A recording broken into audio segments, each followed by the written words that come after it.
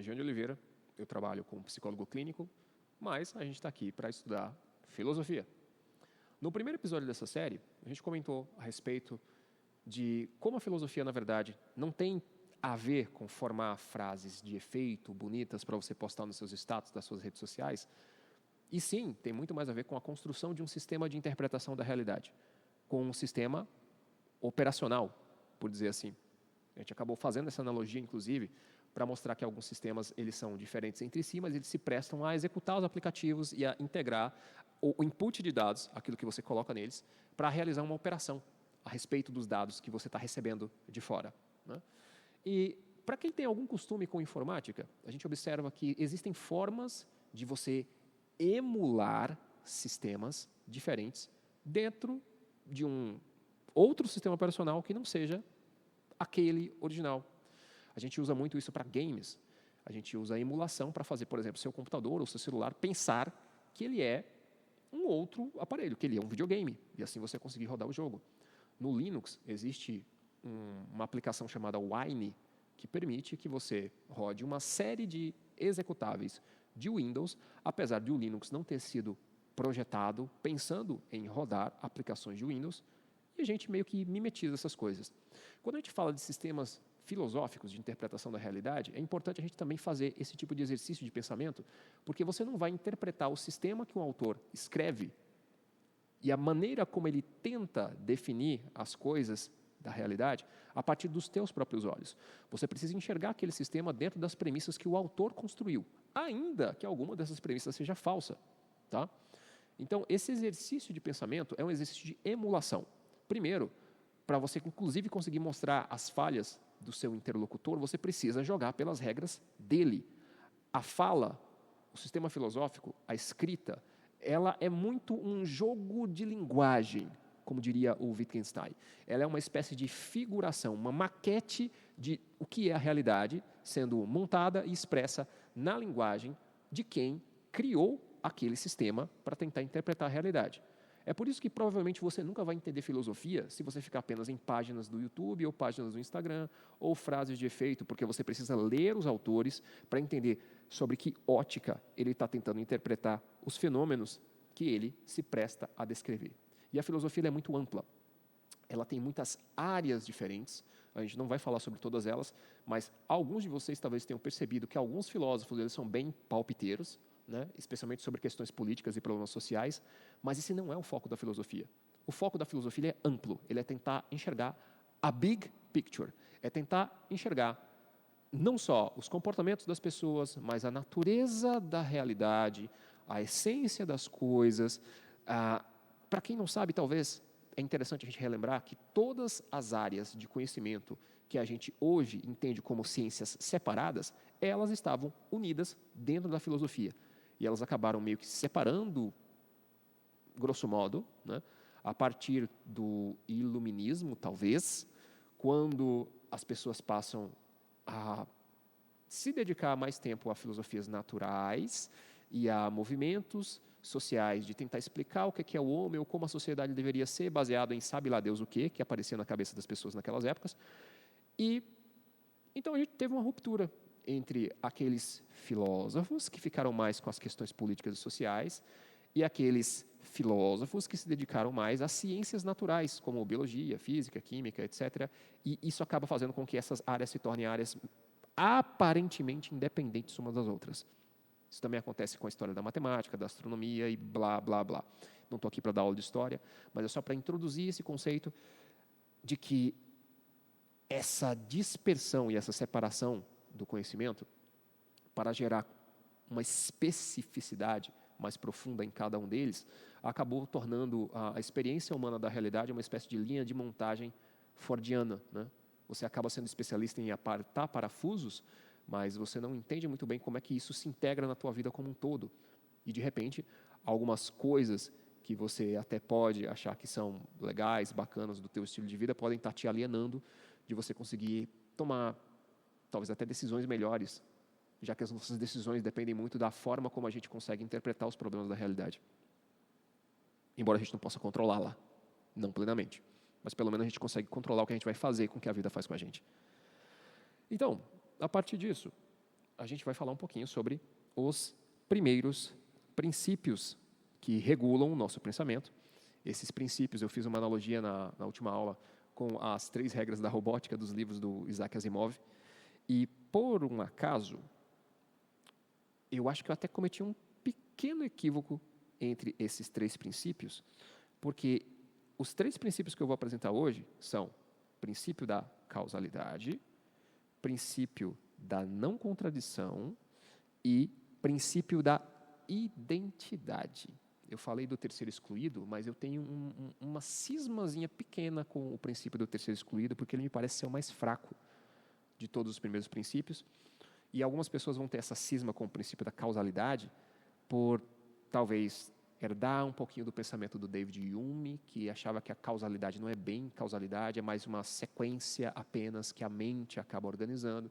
A galera da neurociências, inclusive, hoje em dia vai ser bem dessa linha de pensamento, que é a mente que organiza as coisas, que a ordem das coisas não é passado, presente e futuro, e blá, blá, blá, e vira uma piração muito estranha.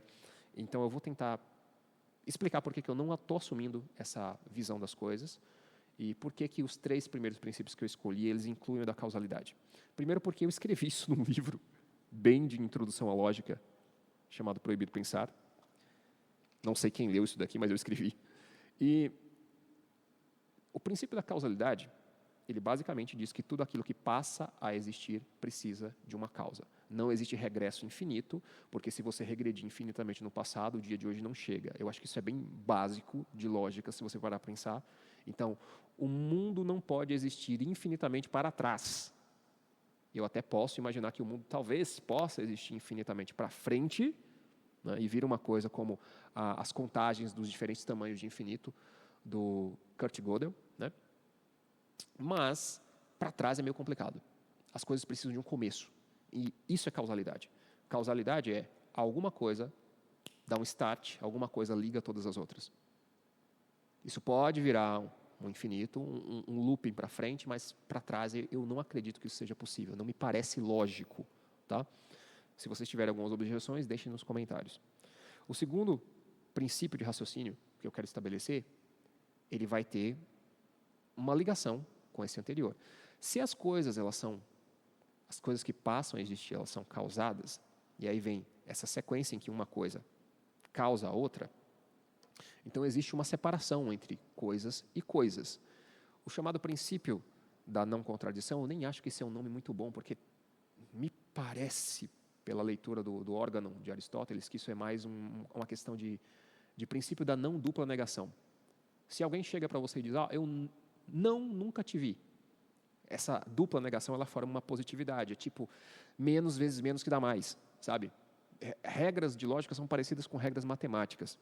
Então, o princípio da não contradição, ele seria basicamente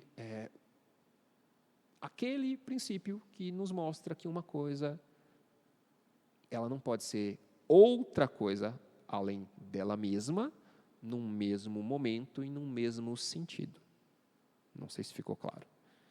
Depois, quando a gente for ver o quadrado lógico, talvez isso fique um pouco mais evidente. Então, vamos colocar assim, 2 afirmações muito distantes, muito opostas. Eu também não gosto muito da palavra contraditória, mas, enfim, eu vou explicar isso na próxima aula. Elas não podem ser verdadeiras ao mesmo tempo, no mesmo sentido, no mesmo recorte de pensamento, no mesmo recorte de linguagem. Então, é assim que você consegue saber que você é você e que você não é o seu pai. Que você não é uma cadeira, que um copo é um copo e outro copo completamente igual que esteja do lado dele é outro copo e não o mesmo, certo? E isso daqui vai reverberar no primeiro princípio que eu estou estabelecendo aqui, que é o princípio da identidade. Cada coisa está separada de todas as outras, mesmo que ela esteja contida dentro de um mesmo conjunto. É por isso que 2 irmãos gêmeos, e aí vem uma reverberação em que parece que tem uma consistência essencial entre o princípio da não contradição e o princípio da identidade, em que são iguais, tá? Tem até o mesmo códigozinho genético, mas não são a mesma pessoa, certo? Cada coisa é cada coisa. Por que eu não estou colocando aqui o terceiro excluído? Porque o terceiro excluído ele vai dizer que não existe meio termo entre verdadeiro e falso, e eu acho isso muito problemático quando você está lidando com situações em que você não consegue determinar o que é a verdade dos fatos. A gente falou na aula anterior que existem 4 categorias de verdade. Tem a verdade necessária, que a mente é forçada a usar, inclusive quando ele tenta negá-la. Se eu tentar negar que eu penso, se eu tentar negar que eu existo, eu preciso existir para pensar e eu preciso pensar para negar que eu penso. Então, mesmo ao tentar fugir dessa regra, eu não consigo. Isso é uma verdade necessária. A lógica, ela me força a aceitá-la ainda que eu não queira. Você tem a verdade substancial, que é uma coisa que só aconteceu com você e só você sabe. Você tem a verdade inegável, que é uma verdade das definições. Então, por que um triângulo se chama triângulo? Porque ele tem 3 lados e aquilo que tem 3 lados é um triângulo, então eu estou preso num raciocínio circular porque a definição do objeto é aquela. E você tem as verdades prováveis. A verdade provável é aquilo que, olha, as evidências estão apontando nessa direção, as coisas costumam acontecer assim. Eu não tenho garantia de que uma verdade provável é sempre verdade, mas o sentido para onde as evidências das ocorrências me indicam é esse. E muitas das vezes, quando você não consegue determinar se uma coisa é verdadeira ou se é falsa, você vai pela probabilidade. Então, pela probabilidade, você acaba olhando para uma coisa e dizendo, olha, tem muita chance disso aqui ter acontecido, porque já aconteceu várias vezes em tal e tal e tal situação. Uma soma de várias verdades substanciais forma uma verdade provável. Esse é o esquema. Então, por que eu não gosto muito do princípio do terceiro excluído? Porque quando ele diz que não existe meio termo entre verdadeiro e falso, você está jogando fora a probabilidade. Então, você não tem como trabalhar uma lógica mais difusa naqueles momentos em que você não tem efetivamente como ter certeza do que aconteceu. E você tem que julgar a partir das evidências que chegam. E, diante da vida, a gente vai ter muitos problemas desse tipo. Inclusive, toda a base do direito, da jurisprudência, né, da capacidade de julgar, ela vai estar se amparando nas verdades prováveis, porque, tipo, não tem testemunha, a gente não estava lá, o que aconteceu, a gente só tem as evidências. E aí, você tem que se virar com o que você tem. É aí que, apesar de você não ter certeza se aquilo é uma verdade em todos os casos, pelo menos você vai ter uma certa consistência de que a probabilidade daquilo que você está afirmando ter lastro, né, de verdade, materialmente, ela é grande. Então, isso daqui é só para a gente poder fugir de algumas dicotomias que a gente tem dentro da filosofia, porque quando eu falei que a filosofia ela tem a ver com a construção de sistemas de interpretação, eu estava querendo me referir justamente ao fato de que existem sistemas que são mutuamente excludentes. Eu dei o exemplo dos emuladores, né?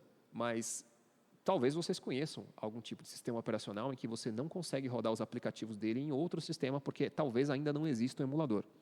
Até alguns anos atrás, eu queria jogar uma plataforma de jogos que foi feita inicialmente para Nokias, Symbian, chamada Engage, e não existia, até então, nenhum tipo de emulador que permitisse jogar esses jogos num celular Android. Hoje já existe. Então, o que eu quero trazer aqui? Eventualmente, alguns sistemas filosóficos, pelo menos até o presente momento, talvez sejam incompatíveis. Eu não vou citar esses exemplos, porque isso demandaria um conhecimento que eu particularmente não tenho. Mas, historicamente falando, você vê épocas em que conhecimentos filosóficos eles eram meio que ou 8 ou 80. Você tem os dilemas, por exemplo, do racionalismo versus o empirismo. O racionalismo dizendo que o conhecimento começa na mente, o empirismo dizendo que o conhecimento começa na experiência, e eles não são compatíveis. Até tem algumas propostas de tentar conciliar as duas coisas. Você vê a proposta do Immanuel Kant, por exemplo, o alemão. Você tem outras filosofias que também elas são radicalmente avessas umas às outras. Se você pegar, por exemplo, nas filosofias políticas, o confucionismo, que ele é basicamente uma filosofia política coletivista, né, contra o objetivismo da Ayn Rand, né, que é individualista, eles são incompatíveis. Tá? Assim como o objetivismo também é incompatível com o relativismo. A gente pega, por exemplo, filosofia alemã, em geral, ela vai seguir uma linha mais idealista, né? Meio que herdeira do racionalismo, ao crer que as ideias formam a realidade.